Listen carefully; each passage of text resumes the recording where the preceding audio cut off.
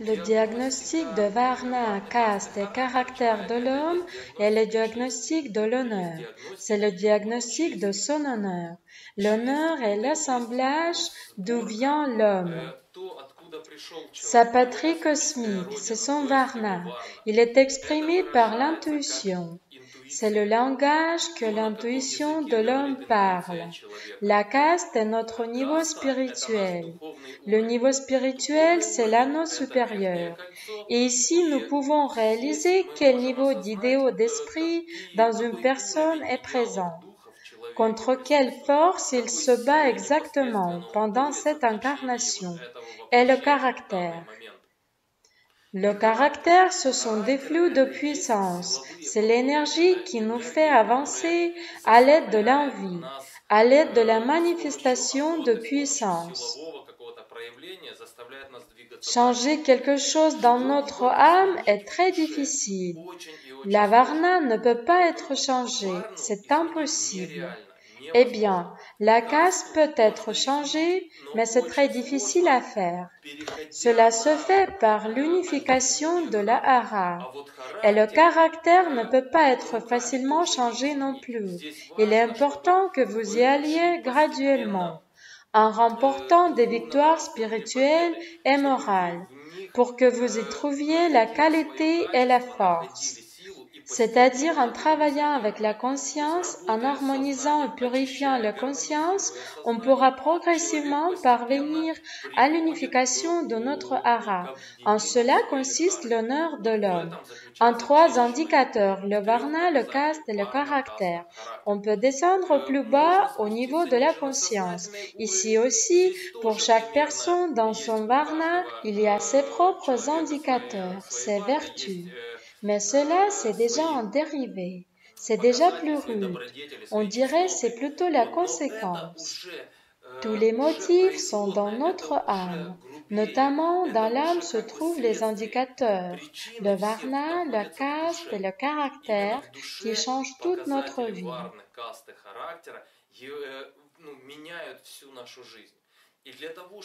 Et pour comprendre comment ça se passe, maintenant, brièvement, à l'aide des images, en montrant sur les doigts, on va voir comment cela commence et comment cela se termine. Essayons donc de trouver nous-mêmes dans chacun des aspects suivants.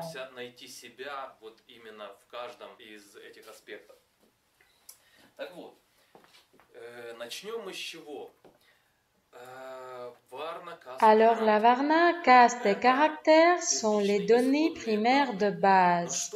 Mais pour comprendre d'où viennent ces forces, il est nécessaire de sortir de l'aspect social et aller au niveau cosmique. Il est nécessaire de réaliser qu'est-ce que c'est qu'un univers, pourquoi il y a certaines forces dans l'univers. Il est nécessaire de réaliser comment l'univers forme une galaxie, comment un homme est envoyé de la galaxie sur la Terre en recevant les données initiales. Et bien sûr, n'oublions pas que nous sommes des êtres humains. L'espèce humaine qui vit sur cette planète est une espèce saignante, c'est-à-dire où qu'on nous pique, ça saigne. Oui, le sang est partout, c'est notre espèce. Des êtres complètement différents peuvent vivre sur d'autres planètes. Tout l'univers est habité, tout est vivant. C'est la règle de base que je vais respecter par la suite. Tout est vivant, tout l'espace est vivant. L'univers entier est constitué des forces primordiales. Mais non, je dirais même que l'univers lui-même, le système de l'univers et tout ce qui trouve derrière l'univers, tout ce qui unit tous les univers se compose des forces fondamentales. Autrement dit, dans l'espace, il y a des forces différentes. Et chaque force, la force primordiale, a son propre poids, sa vibration, ses valeurs, sa direction. Les nodules apparaissent à l'intersection de ces forces. Ces nodules radient et de cette façon, ils se distinguent de l'énergie totale. Toutes ces énergies semblent s'entremêler et prennent la forme d'un champ, en formant le champ de forme. Comme une aura se produit, une flamme autour de ce nodule et il commence à radier, à se développer. Ici, on le dessine comme un champ, c'est-à-dire ce sont les forces primordiales et le champ. Voilà comment les univers sont formés. En principe, ce système fonctionne partout, et au-dessus et au-dessous. Mais c'est ainsi que l'univers est formé. Si une telle formation a eu lieu, alors ce même genre d'univers commence à se diviser. Si l'univers en lui-même est divisé, alors certaines des forces primordiales ont une plus grande influence et certaines des forces primordiales commencent à avoir moins d'influence. Mais au départ, toutes les forces influencent sur l'univers. Lorsque l'univers commence à se diviser, certaines des forces primordiales perdent leur priorité. Quelqu'un est au-dessus, quelqu'un est en bas. L'univers se divise encore, ce processus se poursuit. Cela se passe pratiquement tout le temps. Encore certaines forces sont plus fortes, d'autres plus faibles. Ainsi, l'univers est divisé en métagalaxies. Les métagalaxies en amas de galaxies et un amas de galaxies se divisent en galaxies.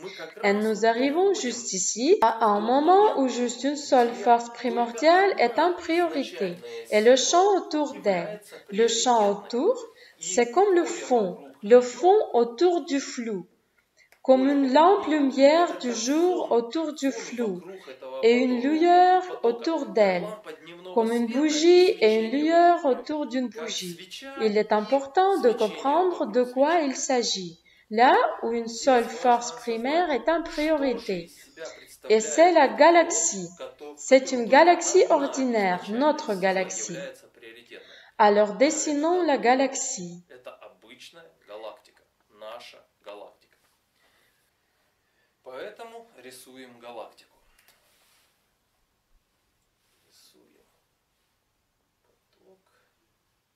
Dessinons le flou et le champ autour de la galaxie. C'est à quoi ressemble notre galaxie. Au moins notre galaxie, la galaxie de Svarog. Il y a clairement un flou et un champ autour de ce flou. La force primordiale qui traverse notre galaxie est la force de Varna de contrôle, aussi nommée Vishnu, dans la tradition indienne. Les gens qui sont présentés ici, sur Terre, ils proviennent des 3 galaxies, directement de Svarog, et en plus nous connaissons d'autres Varnas de lumière. Ce sont le Varna des marchands, c'est le Varna de la création et le Varna de la cognition, c'est-à-dire des gens venus de la galaxie de Vélez. Systématiquement, nous allons dessiner ces galaxies en parallèle. Autrement dit, nous pouvons dessiner les galaxies horizontalement. Eh bien, dessinons horizontalement et divisons-les en parties. On dirait que cela ressemble à un oignon. Les galaxies sont des êtres très multidimensionnels et il est donc très difficile de les décrire linéairement. Mais on doit le faire, essayer de se donner une compréhension de la façon simple du processus de la réincarnation, comment ça se passe et comment ça se termine. Par conséquent, ici nous dessinons 3 galaxies. On dirait qu'elles sont superposées l'une sur l'autre. Nous connaissons dans la tradition que Vélez est un frère de Svarog. Autrement dit, cela signifie que la galaxie de Vélez est le frère de notre galaxie de Svarog. De même, la galaxie de Tark. Elle semble d'être en parallèle. Ainsi, ce sont bien les 3 galaxies qui correspondent aux aspirations des Varnas et les aspirations spirituelles de tous les gens vivant sur Terre. Ce qui se passe ensuite, d'une autre galaxie, dans le champ de notre galaxie, l'esprit vient. Il déchire le champ de la galaxie.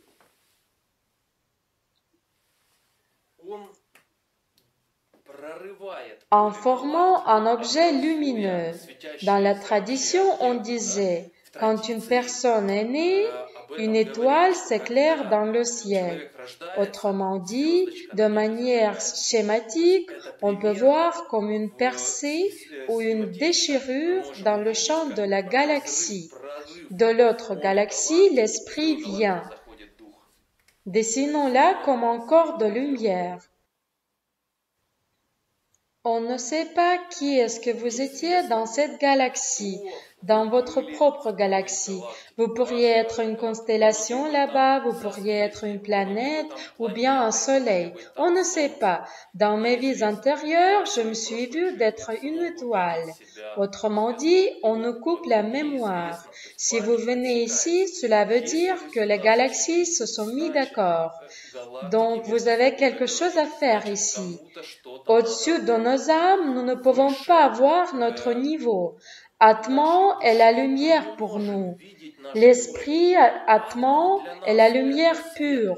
Nous ne pouvons pas réaliser quelle lumière est plus lumineuse et laquelle est moins lumineuse au niveau d'Atman. Ce n'est pas accessible pour nous. Mais nous pouvons bien gérer le corps qui se situe derrière l'Atman. C'est un corps énergétique auquel il est pratiquement impossible de se syntoniser. Mais ça existe dans la tradition, on l'appelle le corps de lumière. Et il se trouve exactement ici, dans le champ de la galaxie. Maintenant, si nous retournons au Varna de la création, dont les gens projettent les connaissances du Varna de la création, il en dit qu'un tel corps de lumière dans le firmament est Makosh.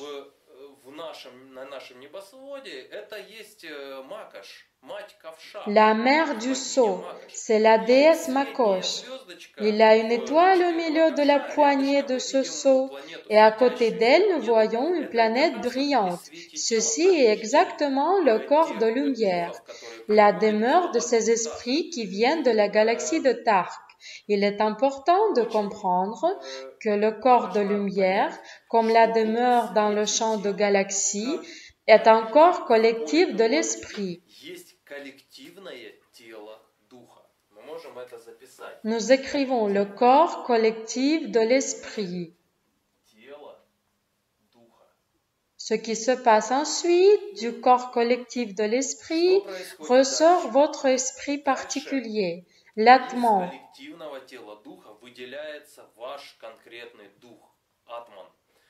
Il se dirige pour se développer, il se dirige pour évoluer. Où va-t-il?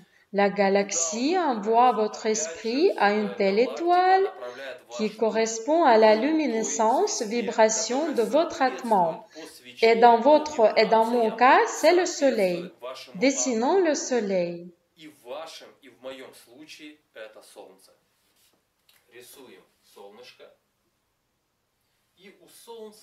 Et le soleil a son propre champ, son logo, sa propre aura, sa propre âme.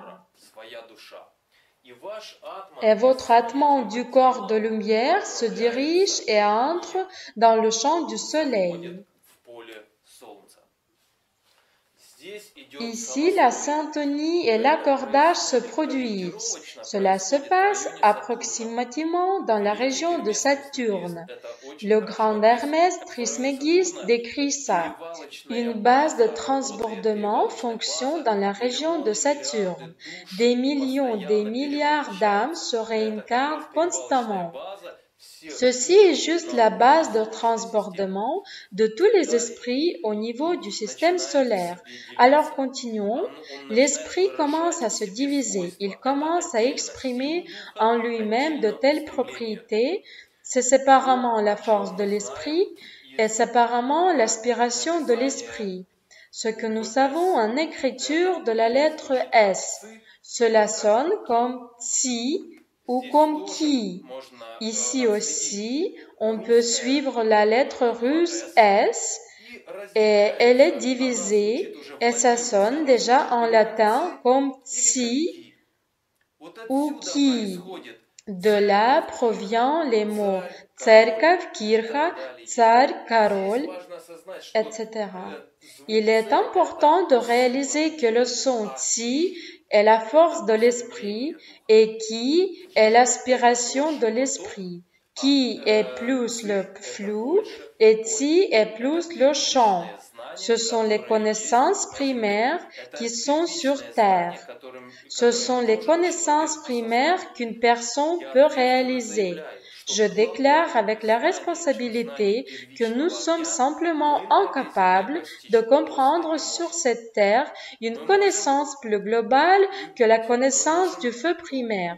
Nous pouvons aimer, nous pouvons observer les sentiments de l'amour, nous pouvons opérer en cela, nous pouvons créer l'intention, mais la connaissance maximale dans laquelle nous pouvons évoluer et grandir, c'est le flou et le champ. Le point est l'infini, comme les scientifiques le disent. C'est primaire. Cette connaissance s'appelle le feu primaire. Qu'est-ce qui se passe ensuite? Selon la correspondance de votre Tsi et votre Ki, on nous assortit une planète dans le système solaire. Et dans votre et dans mon cas, c'est la Terre. Dessinons la Terre. Et la Terre a aussi son propre champ énergétique, sa propre aura. Et votre prochain corps qui est à l'intérieur de l'atman, le prochain corps dans lequel il a déjà une propriété de l'esprit Ki et Tsi, force et aspiration, est placé dans le champ de la Terre. Donc ici, nous voyons la transition du champ de la Terre dans le ras de la Terre. Nous notons ici, dans le système solaire, cet esprit individuel. Et dans le champ de la Terre, c'est l'âme collective.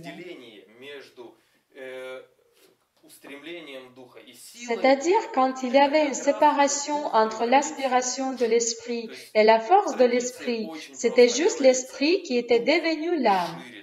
Autrement dit, dans la tradition, on disait tout simplement l'esprit s'élargit. L'esprit, comme le flou, commence à s'élargir en force. Ensemble, c'est l'esprit et séparément, c'est déjà l'âme, le flou et le champ. Et donc, dans le champ de la Terre, c'est une âme collective. C'est une mémoire générique où toutes les âmes se rassemblent et se préparent pour la réincarnation sur Terre. Et à l'inverse. Dans de nombreuses méditations et hypnoses régressives, les gens voient comme ils se trouvent dans une certaine demeure près de la Terre, un peu plus loin que la Lune, et ils observent la Terre, ils observent que beaucoup d'âmes regardent, pour ainsi dire, à travers les enlumineurs. Cela ressemble à une certaine demeure. Oui, ça existe. Qu'est-ce qui se passe ensuite? Le soleil devient votre père spirituel. Il vous donne un courant descendant.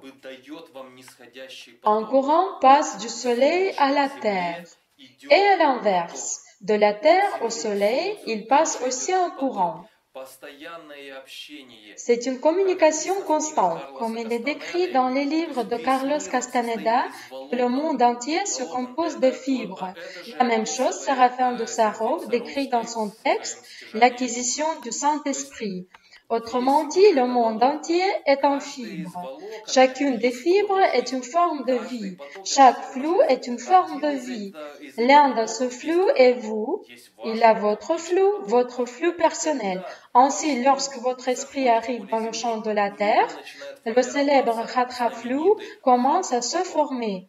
C'est un courant descendant du Soleil à travers la demeure du Saturne, du Soleil à la Terre et de la Terre au Soleil. À ce moment, un ordre est donné.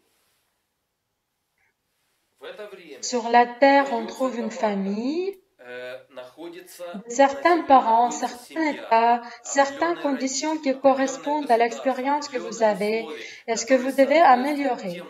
Et alors cette âme qui est formée dans le champ de la terre vient sur terre.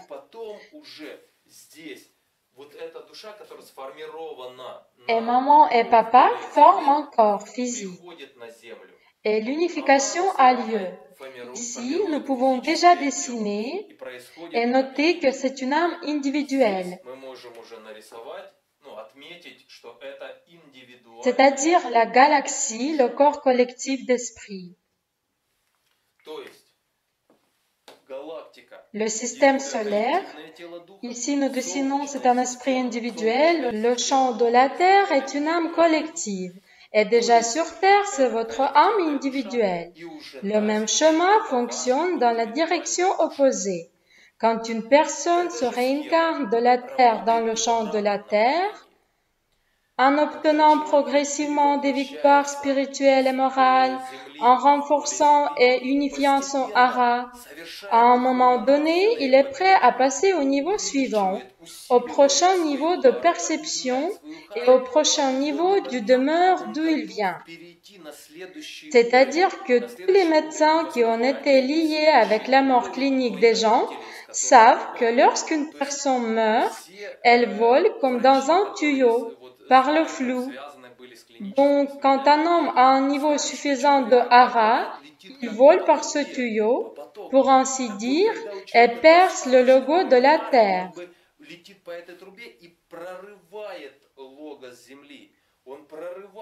Il traverse le demeure et passe au niveau suivant. Il déchire une espèce de pellicule et sort dans la région de Saturne. Cette personne a déjà passé ici, ayant remporté certaines victoires spirituelles et morales, a unifié son hara. Cette personne commence déjà à s'incarner sur cette terre de la famille plus noble, de la famille de soleil, du logo solaire. Il y a beaucoup plus de bonté là-bas, plus de lumière. C'est pourquoi dans la tradition, on appelait ces personnes votre honneur. Comme vous pouvez le voir dans tout cela, il y a une nature énergétique. Donc, je ne pense pas que nos aristocrates, notre noblesse en 1917, c'est l'année où on a retourné les masses de gens contre eux. Comprenez pourquoi ils étaient votre honneur, en quoi a été exprimée leur noblesse.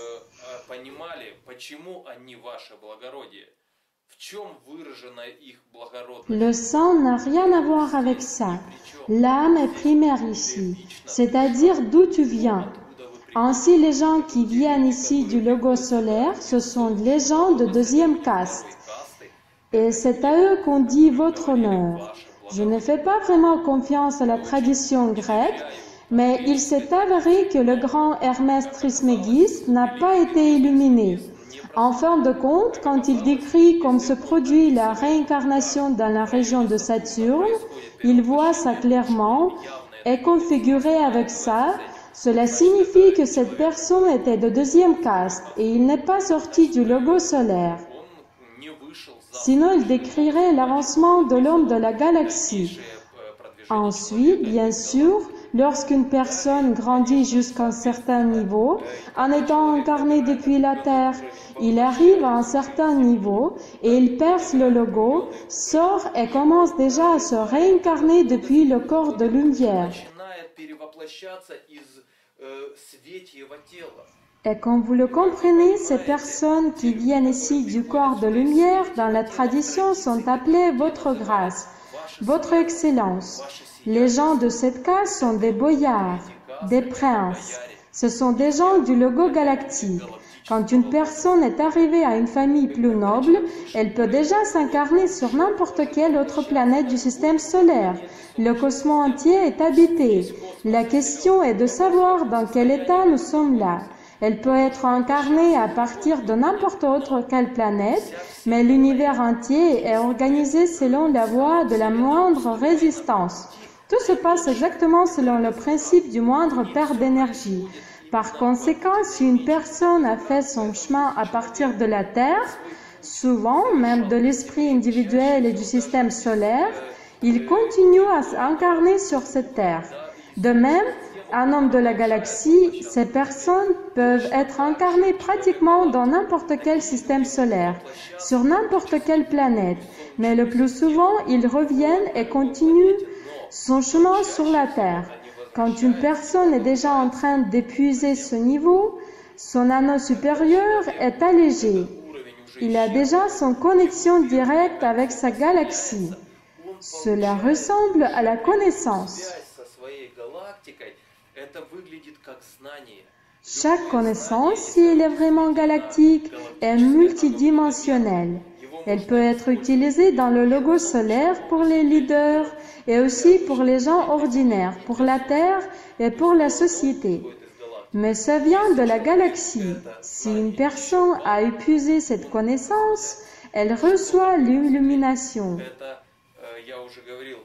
Comme je l'ai déjà dit, l'illumination, c'est quand un homme perd une forme humaine. Le corps causal éclate, il reste le corps bouddhique maximum, c'est pour son âme, et il obtient le chemin là-bas. C'est en fait l'illumination. C'est une occasion de s'échapper et de retourner dans sa galaxie. Là d'où l'esprit est venu, et au-dessus de cet appel, c'est-à-dire plus fort que le sentiment d'amour. Et c'est aussi le sentiment d'amour, l'amour pour votre galaxie, votre patrie. Au-dessus de ce sentiment, une personne ne peut rien expérimenter. Il nous semble que nous comprenons Dieu, mais Dieu pour les gens qui sont sur Terre, c'est de retourner dans leur galaxie, le maximum. Et même ceci est un niveau très sérieux. Le plus souvent, une personne ne ressent que le logo solaire ou le logo de la Terre. Mais au-dessus de celui de galactique, il ne peut pas concevoir. Si une personne est venue ici de la galaxie de Svarog, alors elle revient ici. Sa demeure, son corps de lumière, n'est pas dans le champ de la galaxie, mais au centre de la galaxie. Mais c'est un supplément. Ce qui se passe ensuite, l'âme s'unit avec le corps physique. Le flou est le champ de l'âme. Le flou va de la Terre au Soleil. Dans la tradition, il est appelé le traflou.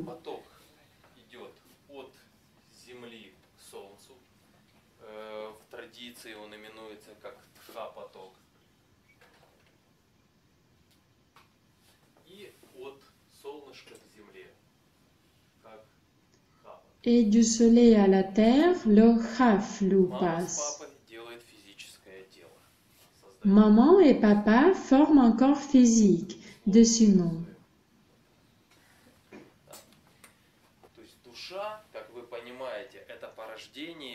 Autrement dit, l'âme, comme vous le comprenez, est le produit de l'astre et de la planète, le produit du Soleil et de la Terre.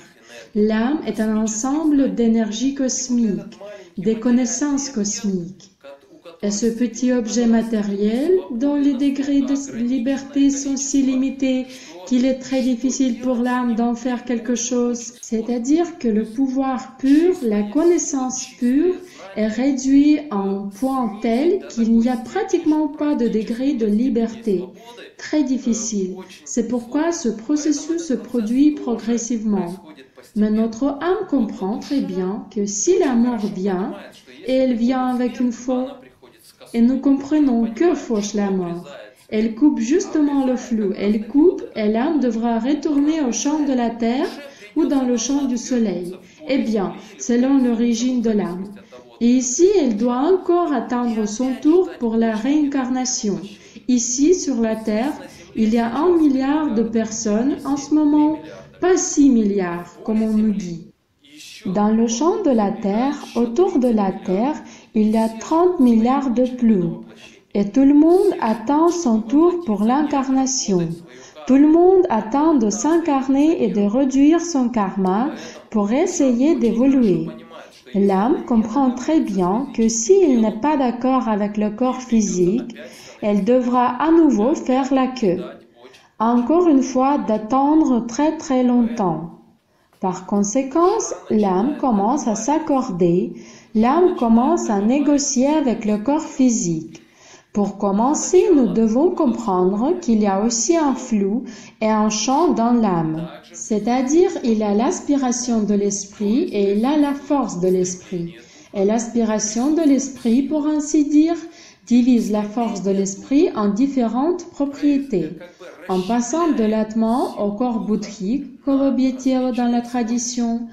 La séparation se passe seulement en force et en inspiration. Mais dans le corps individuel, il se passe la descente suivante de l'esprit. La descente subséquente de l'esprit, il y a déjà une séparation de la force de l'esprit, tant que séparément l'énergie d'information et séparément l'énergie de puissance et l'énergie énergétiquement informationnelle unifiée. Le fait est que même les scientifiques disent qu'il n'y a pas d'état gazeux, solide ou liquide dans l'espace. Il y a un état appelé le plasma. C'est un flou de particules chargées qui se déplacent comme une vague. C'est encore une fois le flou et le champ. Et ici, nous comprenons que cet état dans lequel l'âme est, elle a besoin, pour ainsi dire, de se matérialiser. Elle a besoin d'apprendre à influencer le corps physique afin de le gérer plus tard. Par conséquent, la force est divisée. La force principale, la force énergétiquement informationnelle, commence à être divisée séparément en énergie, séparément en information. Ainsi, l'aspiration de l'esprit divise le code primaire. Bien sûr, la primauté de l'esprit reste. C'est à temps que le lien avec notre patrie cosmique reste. Nous pouvons le dessiner comme l'anneau du milieu.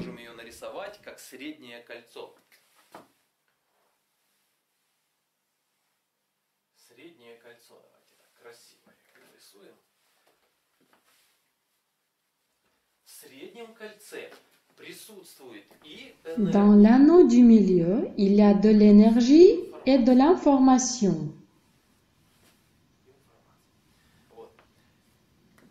Ici, dans l'anneau supérieur, nous avons seulement l'information.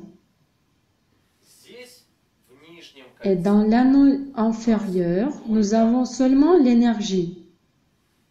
Autrement dit, lorsque l'esprit a divisé ces trois types d'énergie, cela se produit, comme d'habitude dans la nature. Le plus lourd descend, le plus léger monte. Ici aussi, une force d'énergie plus saturée descend et celle d'information plus léger monte.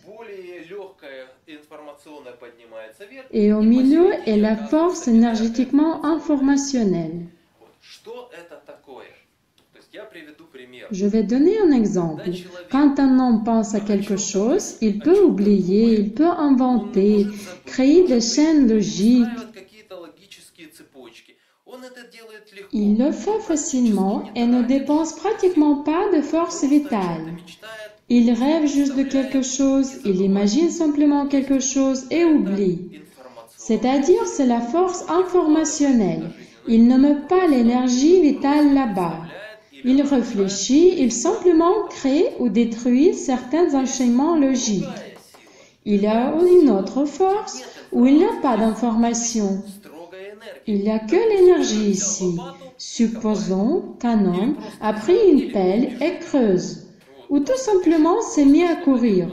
Il court tout simplement, il simplement fait quelque chose. Aucune information, il simplement dépense son énergie sans information, ce qui se rapporte à l'anneau inférieur. Et l'anneau du milieu. Dans l'anneau du milieu, la force est énergétiquement informationnelle. C'est-à-dire, si vous éprouvez de la sympathie pour quelqu'un, alors vous sentez le destinataire et vous ressentez l'attraction. Si vous ressentez l'agression, vous comprenez d'où vient l'agression et vous ressentez cette force. Qu'elle est dangereuse, c'est-à-dire il a de l'information et de l'énergie, c'est-à-dire cette force combinée s'appelle le sentiment.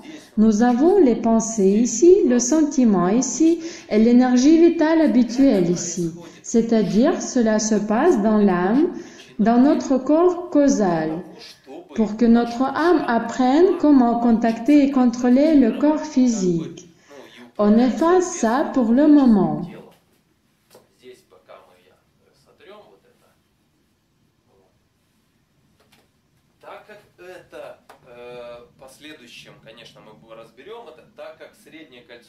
Mais plus tard, on en parlera bien sûr, puisque l'anneau du milieu est énergétiquement informationnel. Il est comme en lien avec notre patrie cosmique et c'est notre Varna. C'est comme notre patrie cosmique, cela nous affecte. Mais comment cela influe sur nous? C'est l'intuition. Cette force est exprimée intuitivement par l'intuition. Et si les personnes ont des varnas différentes, alors l'intuition de ces personnes se manifeste de manière complètement différente. Absolument différemment. Nous allons en parler. Intuition. Ici, nous avons un niveau d'idéaux, comme je l'ai dessiné dans le schéma précédent, c'est-à-dire d'où, à partir de quel logo l'on vient. De quel niveau vient-il sur cette terre? C'est le degré de sa luminosité, le degré de sa perception. On peut dire que c'est comme un filtre de purification, plus grossier ou plus fin, comme un filtre. Et plus haut l'homme est venu sur cette terre du logo supérieur, plus léger et plus fin est son filtre de cette purification. Nous l'appellerons les idéaux de l'esprit. C'est la caste et les idéaux de l'esprit. Et bien sûr, l'anneau inférieur, strictement de force. Ici, nous avons la force pure. Ce sont les aspirations, l'envie qui nous affecte constamment. Constamment, elle bouge notre corps physique, notre conscience nous affecte constamment. Si je suis assis et réfléchis que je devrais manger une pomme ou une banane, c'est-à-dire que certaines forces me forcent à le faire. Si je pense à ce que je fais, aux arts martiaux, à la boxe ou à la lutte, alors une force me pousse à le choisir. C'est-à-dire que la force de l'âme est toujours primordiale sur la conscience. Et dans ce cas-là, justement, l'énergie qui nous pousse, c'est la hara. Le caractère se forme de la hara. Qu'est-ce qui se passe ensuite? L'âme essaie de contrôler le corps physique. L'énergie la plus brûlante, la plus lourde, commence à envelopper le corps physique.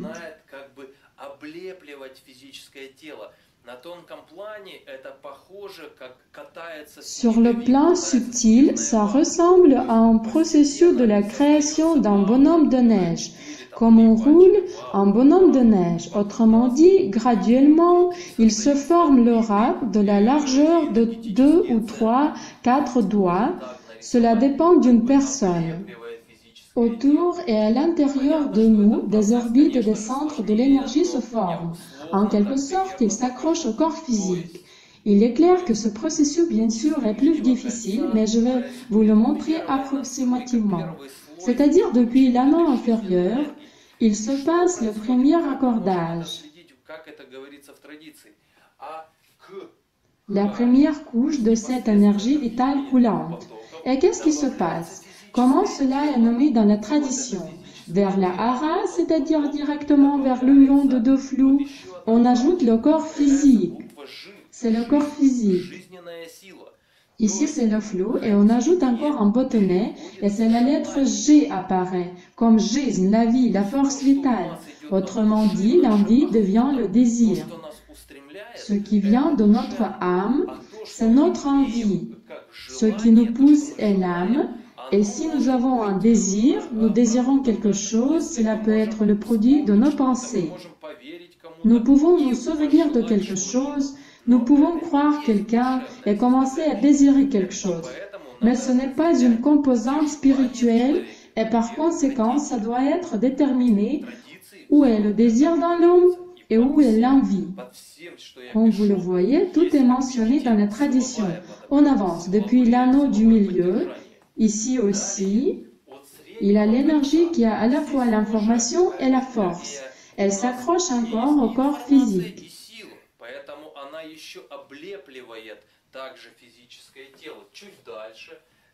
Un peu plus loin, il s'agit de la largeur d'une paume d'un homme. Elle nous enveloppe. C'est justement le corps astral, le corps navier. À l'intérieur des chakras et le flou sont formés. Et schématiquement, nous pouvons voir le corps suivant de l'anneau du milieu. Il est important de comprendre ce que l'intuition est. L'intuition est un pressentiment, ce qui vient avant les sentiments. Qu'est-ce que le corps astral? Tout d'abord, c'est un ensemble de sentiments, c'est-à-dire que le pressentiment passe au sentiment. Autrement dit, il y a de la lumière, elle se décompose en différentes couleurs. Autrement dit, la lumière blanche se décompose en différentes couleurs. C'est comme l'ouverture de la lumière. Chaque scientifique vous le dira comment la lumière principale est décomposée. On voit l'arc-en-ciel dans le ciel à cause de la raréfaction de l'air après un orage.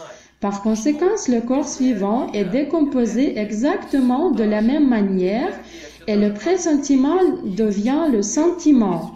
Ici, il est important de réaliser que l'énergie est toujours la même.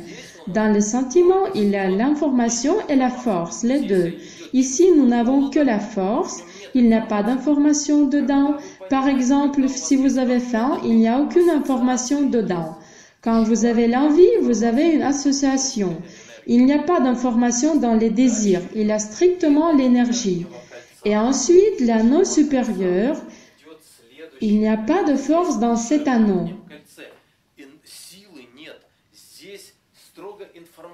Il y a strictement énergie d'information et donc elle n'enveloppe pas le corps, elle prend la forme d'un cercle ordinaire, d'une balle. Ici, il faut se rendre compte, il suffit d'entendre quelle langue nous parlons. Ici, l'énergie chi, lorsqu'il a cette énergie, et elle est comme l'idéal de l'esprit. C'est un honneur chest. Chi есть. La présence est l'homme. Et quand nous avons l'énergie de la conscience, alors c'est la source chi. C'est bachиш, vous voyez, rechиш, vous parlez, chouish, vous entendez, chislo, le nombre. C'est-à-dire que tout cela est la perception consciente. C'est la force de l'anneau supérieur. Et donc tout ce que vous sentez, ressentez, comprenez maintenant, tous vos corps de conscience, de sensation, sentiments, compréhension est un produit des forces qui vous influencent de l'âme. Et l'âme est la dérivée de la force de la terre et du soleil.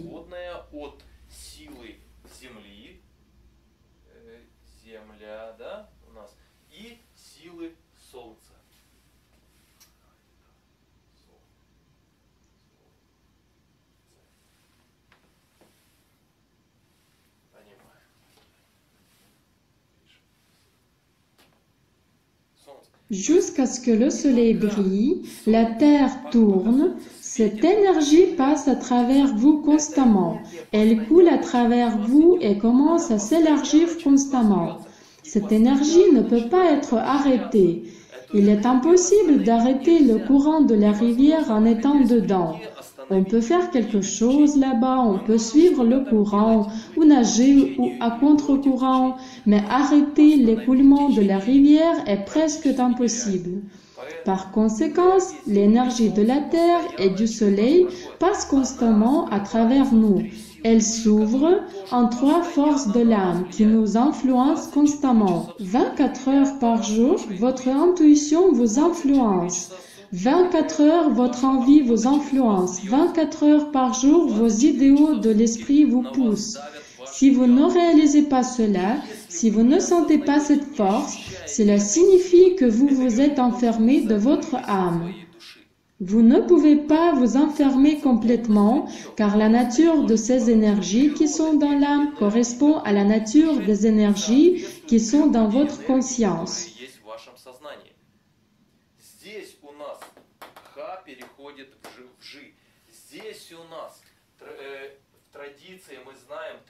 Ici, nous avons Ra qui se transforme en G. Dans notre tradition, nous le savons comme le trident, ou l'énergie Chi comme Chilis, la sincérité. C'est un niveau conscient. Quand Chi-isme, c'est Veshi Aleg, Щедрость, la générosité. La générosité, Щедрость, est une couche plus profonde. La sincérité, Искренность, est une couche plus consciente. Ici aussi, c'est l'énergie Chi. Regardez ce qui est projeté sur Internet aujourd'hui.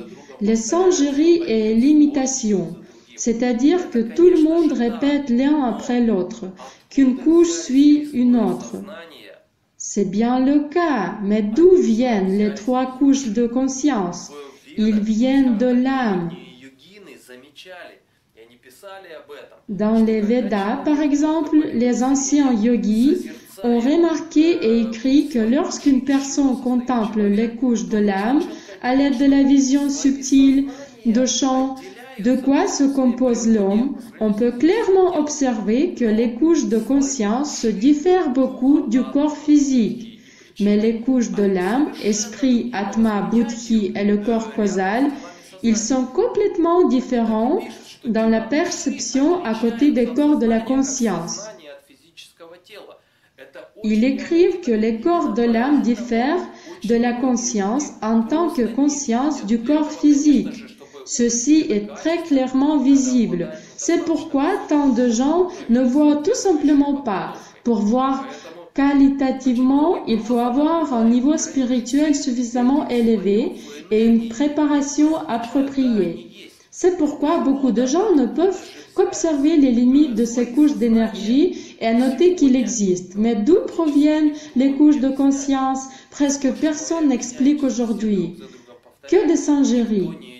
Tout répète les uns après les autres, mais personne ne va pas en profondeur, personne n'essaie même d'aller plus loin.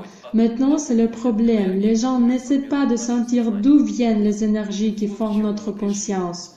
Si un homme laisse entrer ces trois forces dans sa conscience, il coule, il s'ouvre. Si un homme se ferme de cette force, il forme de telles enveloppes. Il tasse encore plus cette densité. De telles personnes sont appelées черты, les diables. Observez aujourd'hui de certains fanatiques, sectaires, quand ils vous parlent, ils le font comme à travers un prisme, comme à travers le verre. Dans la tradition, cela s'appelle sklagne. Quand une personne vous parle à travers un voile, c'est-à-dire ce n'est rien d'autre qu'une personne pour certaines idées qu'elle a pendues dans sa tête se refuse de la force de son âme. Elle se refuse des forces divines dont, en principe, elle se compose. L'homme se ferme et quand il est complètement fermé, il devient le diable. Autour de lui, il y a une ligne claire qui ne permet pas à la puissance de l'âme d'entrer dans sa conscience. Et c'est le malheur d'aujourd'hui, le grand malheur des gens d'aujourd'hui. Si un homme laisse l'âme entrer dans sa conscience, il évolue, il arrive vers le bonheur. S'il se ferme, il commence à chercher. Mais où sont les bases, les sources primaires? Il commence à douter de tout. Il ne dispose pas d'une vérité primaire. Il n'a pas de connexion avec la vérité primaire, les bases primaires. Même à propos de Dieu, d'amour, tout le monde parle de différentes manières. Mais où sont les bases? Et elles sont là. Ces trois forces qui ont formé votre âme affectent votre conscience, que vous le vouliez ou non. Vous pouvez simplement suivre le courant, mais tout de même, tôt ou tard, vous serez fatigué et le courant vous remportera. En quel état vous abandonnerez vos croyances et ratiocinations qui ne correspondent pas à votre âme, un état de souffrance malheureux, d'être complètement battu par la vie? Personne ne le sait. C'est-à-dire, dans les livres de Carlos Castaneda, il est clairement indiqué que pour devenir heureux et devenir malheureux, vous devez dépenser la même quantité d'énergie.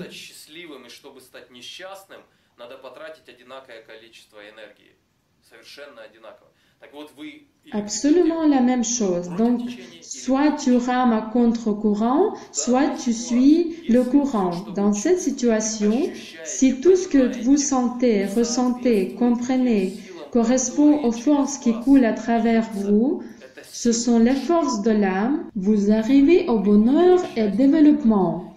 Si vous vous fermez, ne voulez pas les écouter, vous arriverez tôt ou tard vers vos conflits. Vous arrêterez de vous développer. Et il est clair que votre énergie, votre puissance commencera à vous tuer. C'est-à-dire que toutes les maladies qu'une personne a, elles ne sont en fait rien de plus que sa propre énergie personnelle qui est envoyée à ouvrir une personne. Certains problèmes en elle. En cela consiste la guérison, afin que cette force-ci puisse être transmise à la conscience d'une personne. Et plus un homme croit en certaines idées et stéréotypes, plus il est difficile de l'atteindre.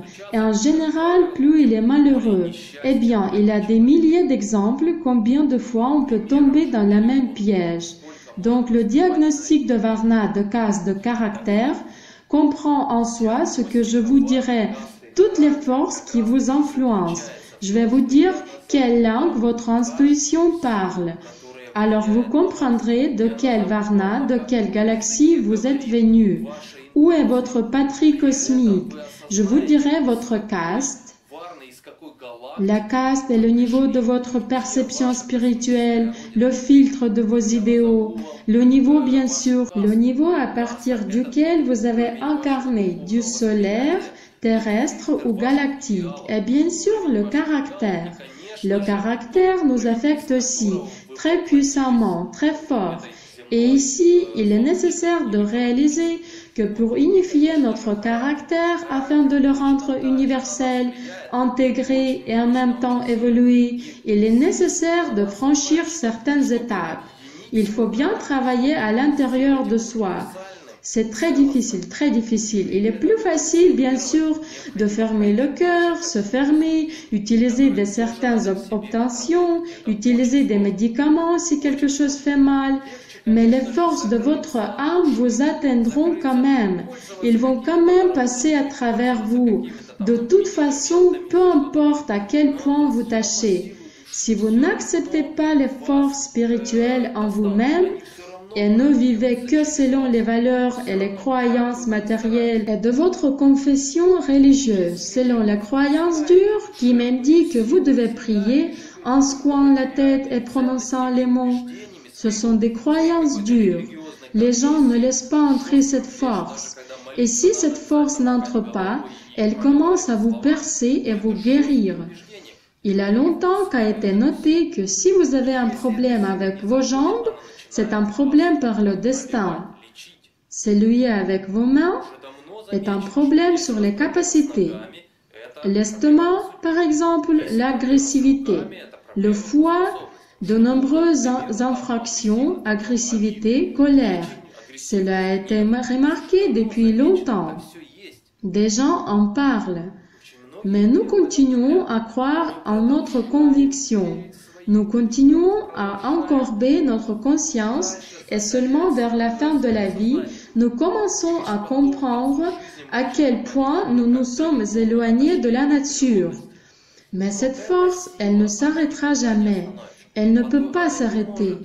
Pour la simple raison que la Terre continue à tourner, le Soleil continue à briller et les deux flux percent encore. Cette force arrive, un homme ne peut rien opposer à cette force, et donc cette force attaque constamment la conscience.